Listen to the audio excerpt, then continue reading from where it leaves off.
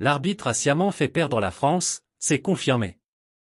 Alors qu'il est la cible de vives critiques depuis dimanche soir et la défaite des Bleus face à l'Afrique du Sud, Ben O'Keefe a subi les foudres de Mourad Boudjelal, pour qui le Néo-Zélandais a décidé du sort de la rencontre.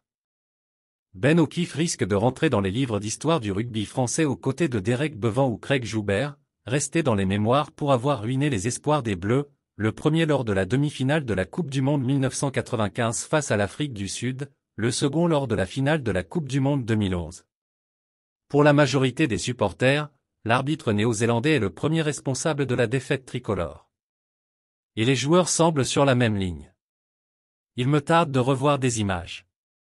Il me semble qu'il y a des choses claires et évidentes qui me semblent faciles à siffler et qui ne l'ont pas été, avoue le capitaine. Quand il y a une avancée de 60 mètres et qu'on ralentit un ruck, c'est facile à siffler. Je ne veux pas faire les gris qui râlent sur l'arbitrage parce qu'il a perdu le match, mais je ne suis pas sûr que l'arbitrage ait été au niveau de l'enjeu, a ainsi pesté Antoine Dupont à l'issue de la rencontre. Observateur avisé de ce choc entre Bleu et Springbok, Mourad Boudjelal partage le même avis que le capitaine tricolore.